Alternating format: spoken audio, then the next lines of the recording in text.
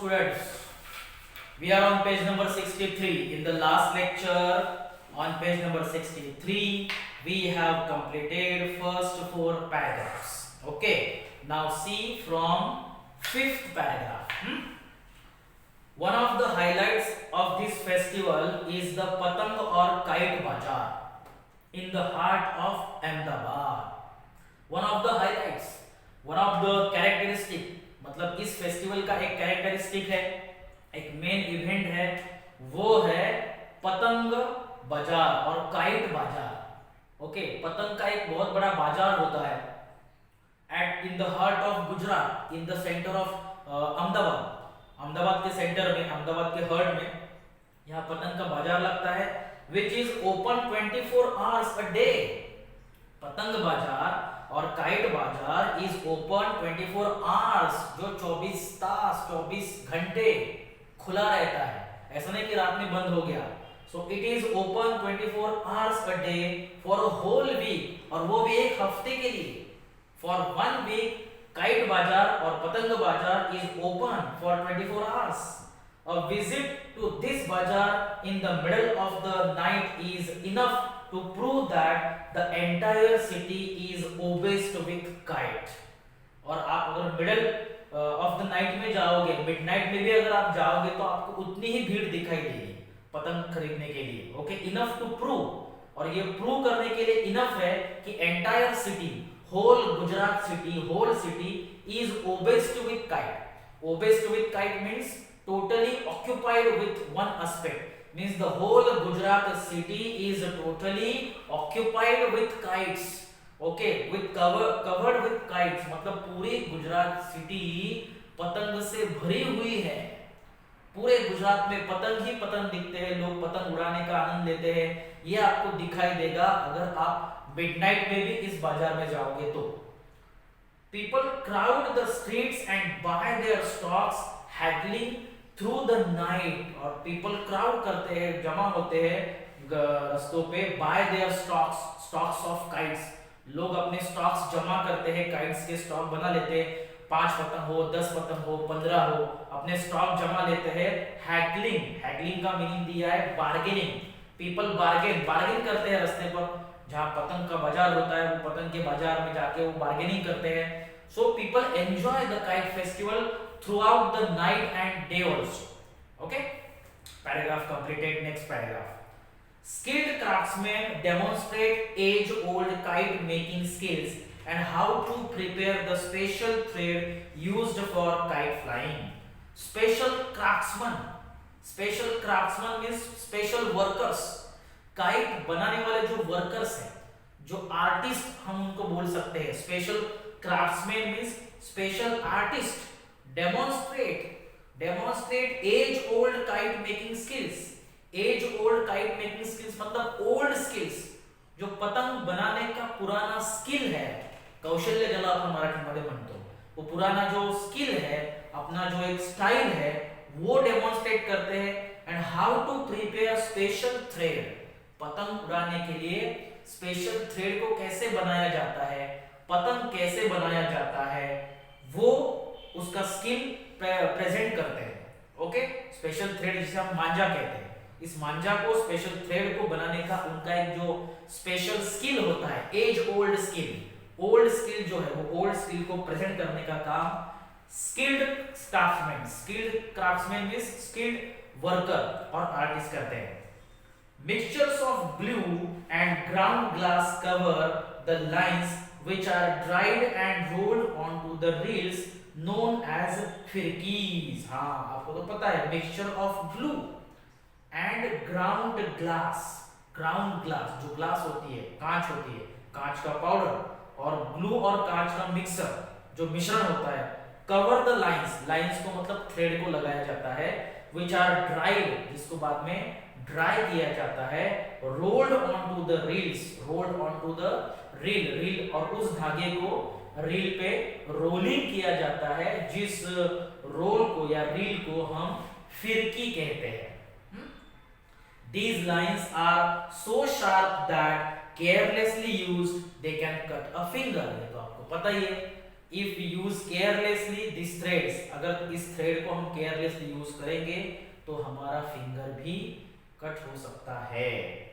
Paragraph completed and last paragraph. The excitement does not and with nightfall. Nightfall के साथ इसका excitement भी and नहीं होता। ओके, रात में भी पतंग उड़ाने का जो उत्साह है, जो एक्साइटमेंट है, वो एंड नहीं होता। Now it is time for illuminated box kites often strung on one line to be launched into the sky.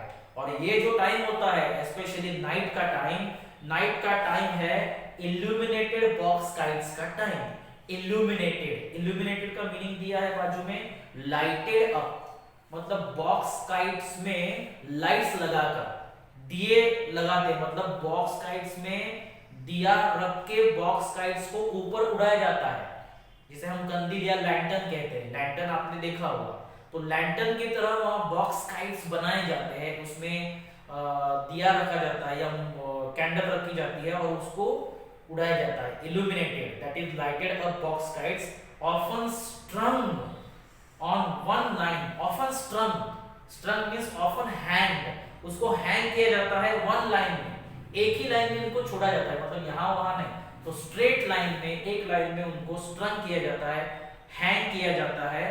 To be launch into the sky, sky में लॉन्च किया जाता है, स्काई में एक लाइन पे उनको छोड़ दिया जाता है। कॉल्ड टुकल्स, उनको टुकल बोला जाता है। They add a grand beauty to the dark sky. और ये जो इल्यूमिनेटेड बॉक्स काइट्स है, मतलब जो जलते हुए जो काइट्स है, जलते हुए मतलब जो दिया रख के उड़ाए जाते हैं, वो जो काइट्स है, वो काइट्स ग्रैंड ब्यूटी ऐड करते हैं, वंडरफुल ब्यूटी ऐड करते हैं डार्क स्काई में, जो रात का जो स्काई होता है उसमें ब्यूटी ऐड करने का काम ये काइट्स करते हैं। And compete with the brilliance of the stars, और स्टार्स के साथ इस काइट्स, ये काइट्स कम्पीट करते हैं, मतलब ये भी जो काइट्स है वो स्टार्स की तरह दिखते हैं, मतलब स्टार्स कौन से है और काइट्स कौन से है जल्दी पता नहीं चलता, so they compete with the stars. Okay, so these illuminated kites compete with the stars in the sky at night time. Okay, so इस तरह से गुजरात का ये जो फेस्टिवल है या काइट फेस्टिवल है, ये बहुत ही एक्साइटमेंट के साथ सेलिब्रेट किया जाता है। Okay, so page number 63 completed. We have completed the whole lesson. Okay, पूरा लेसन हमारा यहाँ खत्म होता है। On page number 63 the lesson is completed. Okay, now see on page number 64 there are activities as usual, हमेशा की तरह activities दी गए हैं वहाँ। Okay, page number 64 English workshop. First activity, give the anonyms and synonyms of the words given below, choosing from those given. Anonyms and synonyms. Synonyms means similar words, okay, and antonyms means opposite words, okay, antonyms and synonyms, okay. So जैसे कि happily, traditional, hard, drum, exotic, rival, soar, इन words के synonyms और इन words के antonyms आपको respective boxes में से select करके वहां लिखने हैं। जैसे कि अभी happily, happily का जो synonym है, तो हैप्पीली का सिनोनिम है जॉयफुली, तो write joyfully there, happily synonym joyfully, antonym, antonym है sorrowfully.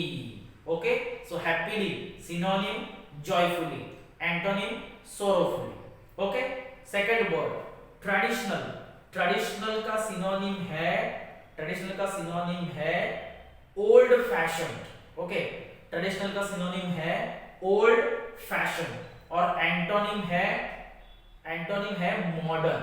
Okay, so traditional synonym old fashion, antonym modern. Okay, third word है हॉल्ट। ओके, अब हॉल्ट का सिनोनिम है pause, PAUSE, halt synonym pause, और antonym है start. Okay, so halt synonym pause, antonym start. So ये बहुत ही easy activity है, बाकी के वर्ड्स आप घर पे करो। Next activity, say whether the following statements are true और फॉल्स। ट्रू है या फॉल्स है आपको बताना है। It is also easy activity. A, fibre glass kites led to creating power driven aeroplanes. No, this is false. Fiberglass kite nahi, box kites led to creating power driven aeroplanes. So first statement is false. Okay, second statement, in Gujarat the kite festival is celebrated to welcome the spring. It is correct statement है, तो ये correct है, true है, so B is true. इस तरह के बाकी के स्टेटमेंट आप घर पे करो, ट्रू है या फॉल्स है। Third activity, using points from the lesson, give the details of the following in a short paragraph for each topic. Each topic को आपको एक short paragraph लिखना है, जैसे कि different types of kites, International Kite Festival at Ahmedabad and the Kite Bazaar at Ahmedabad. तो ये topic पे आपको शॉर्ट पैराग्राफ 3 या 4 लाइन का या 5 लाइन का पैराग्राफ आप लिख सकते हो with the help of lesson, with the help of passages. Okay, so activities on page number 64 completed. Now see on page number 65. 65 the activity number 4, you have just written after your first experience of kite festival in Gujarat, Ahmedabad, you were thrilled with the festivities. So write a short report. इसका short report लिखिए।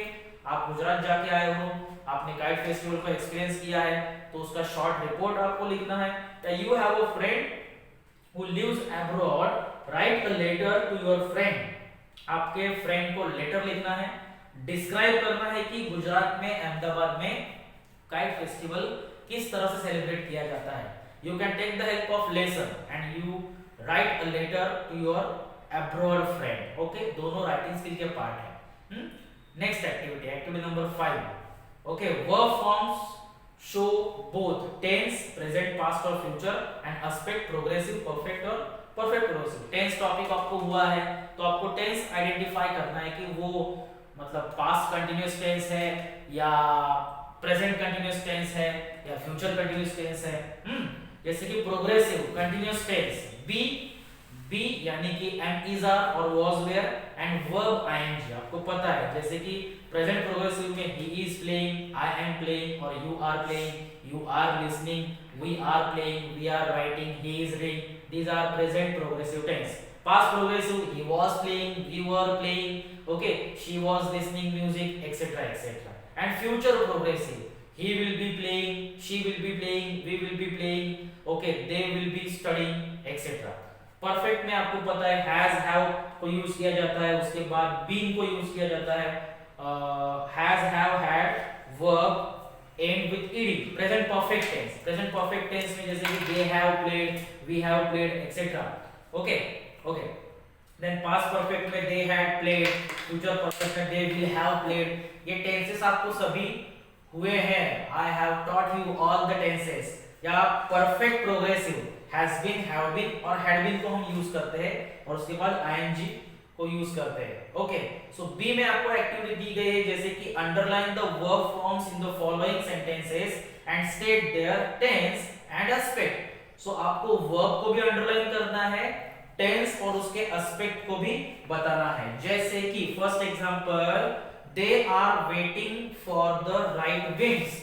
अब इसमें verb है are waiting, तो इसको आपको underline करना है, आर वेटिंग। और इसका टेंस कौन सा है? इसका टेंस है present progressive tense. Okay, this is the aspect, present progressive tense, this is the verb are waiting. Second example, people were haggling over the price of kites. अब इसमें verb है वेयर हैगलिंग, इसको आपको underline करना है और इसका aspect और टेंस कौन सा है?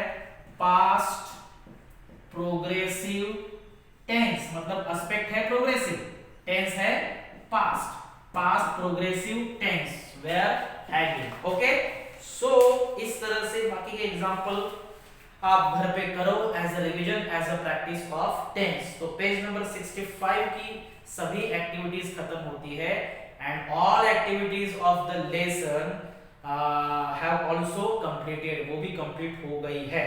ओके, तो यहाँ हम अब रुकते हैं and the next part means the next lesson we will learn in the next lecture. Thank you.